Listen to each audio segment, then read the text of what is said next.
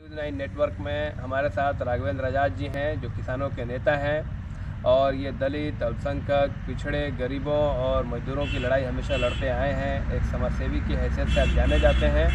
आज हम इनसे बात करेंगे जो विगत 2 दिन पहले जो MIM के राष्ट्रीय अध्यक्ष असदुद्दीन ओवैसी के ऊपर जो जानलेवा हमला हुआ है, मैं आज इनसे बात करूंगा इस विषय पे। माननीय राघवेंद्र जी, मैं ये जानना चाहता हूँ कि जो 2 दिन पहले MIM के राष्ट्रीय अध्यक्ष असदुद्दीन ओवैसी के ऊपर जो जानलेवा हमला हुआ है, सबसे पहले तो मैं आपकी प्रतिक्रिया इस पर जानना चाहता हूँ। धन्यवाद आपके चैनल को कि आपने हमारी राय जानना चाहा है और मैं निश्चित अपनी राय बताऊंगा। आप मुझसे अगर प्रश्न करना चाहते हैं तो आप मुझको प्रश्न कर सकते हैं, उसका जवाब मैं दे सकता हूँ। जो MIM के राष्ट्रीय अध्यक्ष असदुद्दीन ओवैसी के ऊपर जो हमला हुआ है, आप इसको किस तरीके से देखते हैं? मैं सबसे पहले तो इस घटना का निंदा करता हूँ कि एक ऐसे नेता जो 2 बार MLA और 4 बार MP रहे हैं और वैसे नेता जो सरकार के इस लोकसभा के अंदर रहने वाले नेता के ऊपर जो गोली चलाई गई है, ये खुल्लम खुल्ला संविधान का विरोध है, खुल्लम खुल्ला संविधान का विरोध है। मैंने ये देखा है कि जिन लोगों ने गोली चलाई है उनके पक्ष में हिंदू सेना उतर गई है। इससे क्या लगता है? इससे तो लगता है कि कहीं न कहीं हमारे देश की जो सरकार है, जो हिंदुत्व की बात करने वाली है, सरकार के संरक्षण से ही ऐसे लोगों को बल मिल रहा है जो ऐसे नेताओं को गोली चला रहे हैं और इस तरीके से समाज में ये लोग धार्मिक विषमता फैला रहे हैं। क्या इस तरह की घटनाओं से आपको कोई डर नहीं लगता है, क्योंकि आप भी CA और NRC के आंदोलन में आपकी एक महती भूमिका रही है, आप हमेशा अल्पसंख्यकों की आवाज़ को लेकर अपनी आवाज़ उठाते रहे हैं, RSS की गतिविधियों पे आपने हमेशा सवाल उठाया है, तो क्या ऐसी घटना से आप अपने को किस तरीके से सुरक्षित महसूस करते हैं? हम तो सुरक्षित इस रूप में देख रहे हैं कि आंदोलन तो जनता के लिए करना हमारा फ़र्ज है, उसके लिए हम कुछ भी कुर्बानी देने के लिए तैयार हैं। लेकिन समाज के अंदर जो गरीब लोग हैं, जो उत्पीड़ित वर्ग है, उनके ऊपर जुल्म ज्यादती होता है, तो ये सबसे बड़ा अनैतिक सवाल है।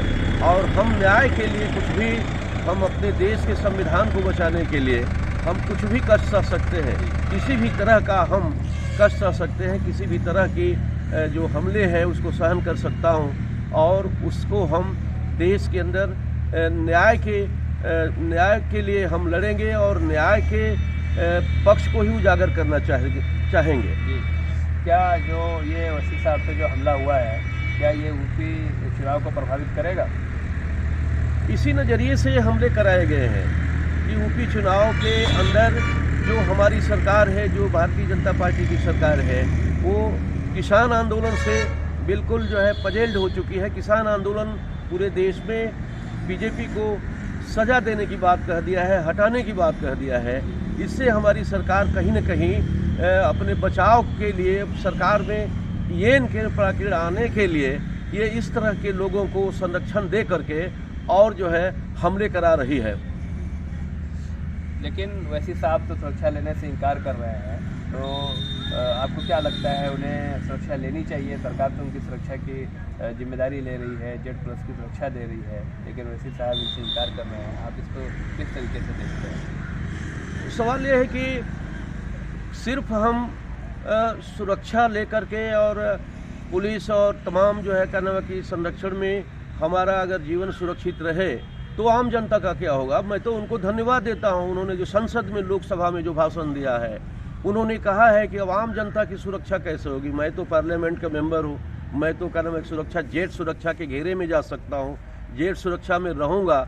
लेकिन इस तरह के अगर कार्रवाई अगर देश के अंदर होता है, इस तरह के लोग जो हिंदुत्व के एजेंडे को लेकर के किसी धार्मिक व्यक्तियों पर हमला करता है, तो ये सबसे बड़ा सबक ये है हम लोगों को कि आम जनता कैसे सुरक्षा रहेगी। उनको Z+ की सुरक्षा में तो सुरक्षित हो जाएंगे, लेकिन उन्होंने जो सवाल उठाया है कि हम देश की जनता के एक सुरक्षा की बात करना चाहता हूं, हम तो अपने देश पर कुर्बान हो जाऊंगा, हमारे लिए कुछ भी सज़ा मंजूर है, लेकिन आम देश की जनता को कैसे सुरक्षित करेगी, सरकार उस पर ज़्यादा ख्याल करे। वह तो उन्होंने गरीबों के लिए उठाया सवाल। जिस तरीके से देश के अंदर हिंदुत्व और चरमपंथ और दक्षिणपंथ की विचारधारा हावी होती जा रही है, तो ये एक देश के लिए खतरा आपको महसूस होता है? निश्चित खतरा होता है, निश्चित देश के अंदर खतरा होगा। वो किसी भी ऐसे जो है क्या नाम है कि धार्मिक भावनाएं जो एक धर्म के ऊपर हमलावर हो करके अगर देखती है, अगर तो हम इसके विरोधी हैं। यही सांप्रदायिकता है। भारत के लोकतंत्र के संविधान में निश्चित रूप से सभी धर्मों को जीने का हक दिया है। कोई धर्म के लोग किसी धर्म पर जबरदस्ती थोप नहीं सकते हैं, ये उनका संवैधानिक अधिकार है। लेकिन अगर कुछ लोग या इस तरह के हिंदुत्ववादी विचार रखने वाले जो मुस्लिम धर्म के लोगों को या किसी भी धर्म के लोगों को ज़बरदस्ती अगर हिंदुत्व की बात बनवाते हैं, तो यही सांप्रदायिकता है।